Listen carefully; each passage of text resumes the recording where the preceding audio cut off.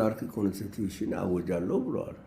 ምንም እንደ ቀዳማዊ ኃይለ ሥላሴ ያስተዳድራሉ ብለን ባናምናቸውም ይሄንን አስተዳደሩን መለወጡ ትልቅ ነገር ነውና እንግዲህ ጃንሆይ ቢበቃቸው ይሻላል ብለን በጃንሆይ ላይም አስረናል። ዶልታቸዋል፣ አስረናል። እሳቸው ግን ያው ቃናቸው ሲደርስ ደርግ መጣ። ደርግ አሰናበተን። የሆነ ሆኖ እስካሉ ድረስ በጣም የማከብራቸው የምወዳቸው ንጉሥ ነበሩ። ለልጃቸው ለምን አላሳለፉም እስኪ አንቀላፉ ድረስ ቢያዛውሩና እንደው ቢያዋቸው መጥፎም ቢሆኑ ብለን እንግዲህ ከዛ በኋላ ብዙ ሴራም አድርገናል ብዬሻለሁ። ሳይሆን ቀርቶ ያ ሁሉም ሳይሆን ያው ደርግ መጣና ሁሉም ገለገለን እና አንዲት ነገር ቀዳማዊ ኃይለ ሥላሴ በጣም የማከብራቸው የምወዳቸው ናቸው። የሆነ ሆኖ መጨረሻ እሳቸውም እንደው በእርሶ ላይም እንትን አመፅ ሊሰራ ነው ጃገማ ማነው መንግስቱን ሊገለብጥ ይፈልጋል ተብሎም ተነግሯቸዋል።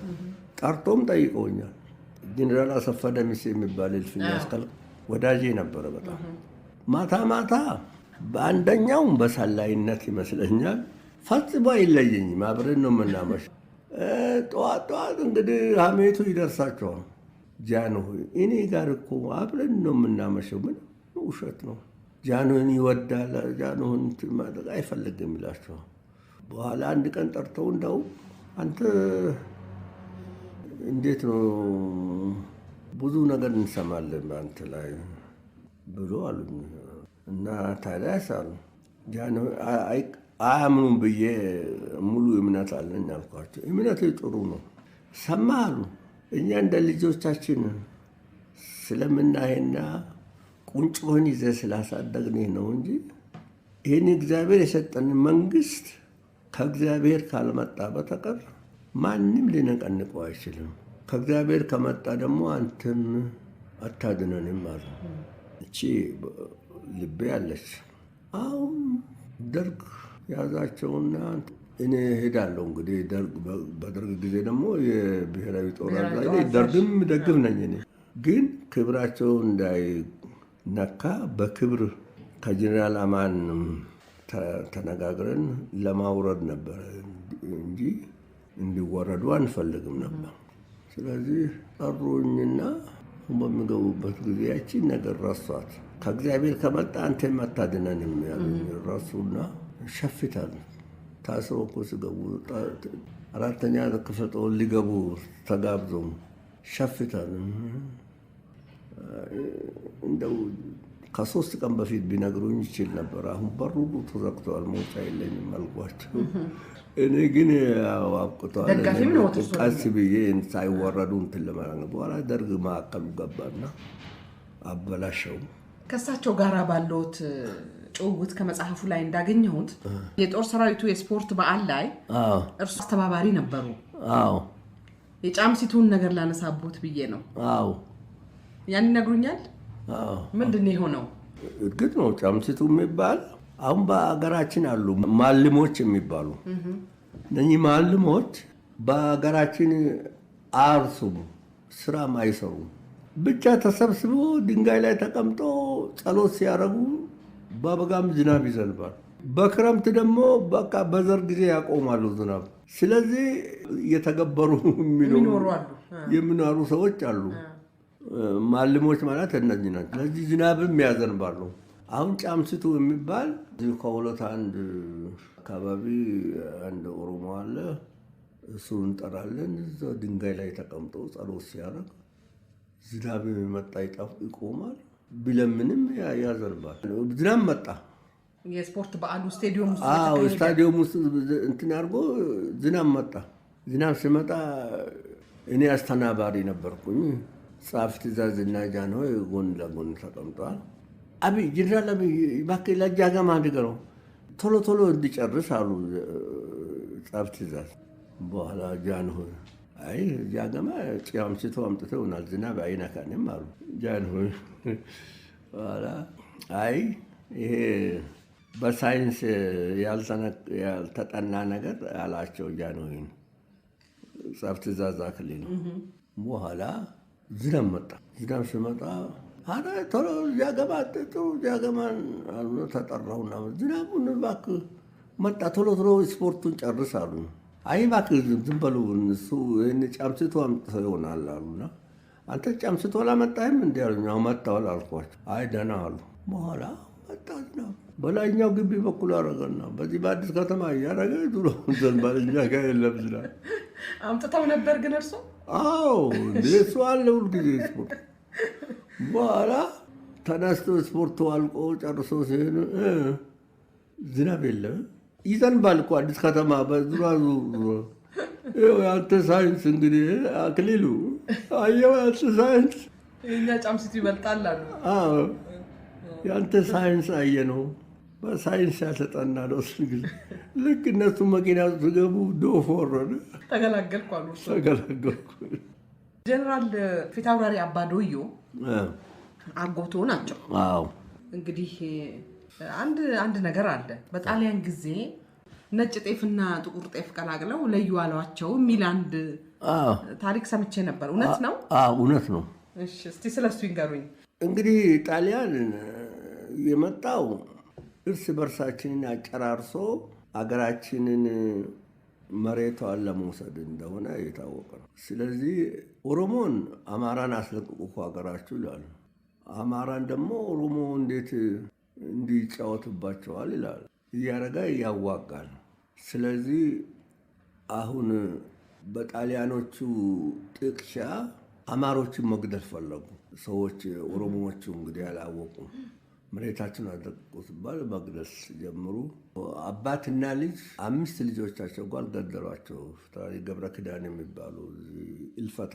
ከዛ በኋላ አባዶዮ ጠሩና ባላባቶቹም ገና ቤት ሲገቡ ሰርገኛ ጤፍ በር ላይ ያስቀምጡና ይፈሱ አሏቸው። አፈሱ። ጤፍ የታፍሶ ምን ይደረጋል ነውና እጃቸውን እያራገፉ የታጠቡ ገቡ። ወደ ቤት ገቡና ባላባቶች ሁሉ ተሰበሰቡና ሲመጡ ምሳ ለመብላት ሲቀርቡ ወይዘሮ ብዙነሽ የሚባሉ እናታቸው ቀርቦ አማራ ናቸው። እሳቸው መንዝ አማራ ናቸው። ያበሉት እነኚህ እሳቸው ናቸው። አሁን እናንተ ፀሐይ ውስጥ ወጥተን ከመነጋገር እዚሁ ለምን አንጨርስም ጉዳዩን አሉ። እሺ እንጀምራ ምን አሉ። አንተ እንዳልክ አሏቸው። ጃገማ ሂድና አሰፋና ካሳን ጥራሉ ልጆቻቸው። አሰፋና ካሳ ተጠርቶ መጡ። ይኸው መጥተዋል ልጆቹ አልኳቸው። በኋላ በሉ እንግዲህ እንግደላቸው እነኝህ ልጆች መጀመሪያ አሉ። ምን ነው ጌታዬ የአንተን ልጆች አሏቸው። እናታቸው እኮ አሁን ያበላቻችሁ አማራ ነች እኮ። አማራ ጋር እናንተ አልተጋባችሁም እና ነው አማራን ከሀገራችን እናስለቅቅ እንግደል ብላችሁ የመጣችሁት። እኔ እኮ ጤፉን ይፈሱና ነጭና ጥቁሩ ለዩልን ብላችሁ ጤፍ እንዴት ይለያል ብላችሁ ጥላችሁ ወጣችሁ። ስለዚህ እኔም ወልጃለሁ፣ እናንተ ያልተዋለዳችሁ አላገባችሁም። እኔም አለብኝ ሁሉ። ታዲያ ለዚህ ነው ተጋብተናል። ሸዋ በተለይ ስንት ዓመቱ ነው አሉ። በዚህ አይነት አማራ እንዳይነካ አድነው ያሳለፉበት ታሪክ ነው።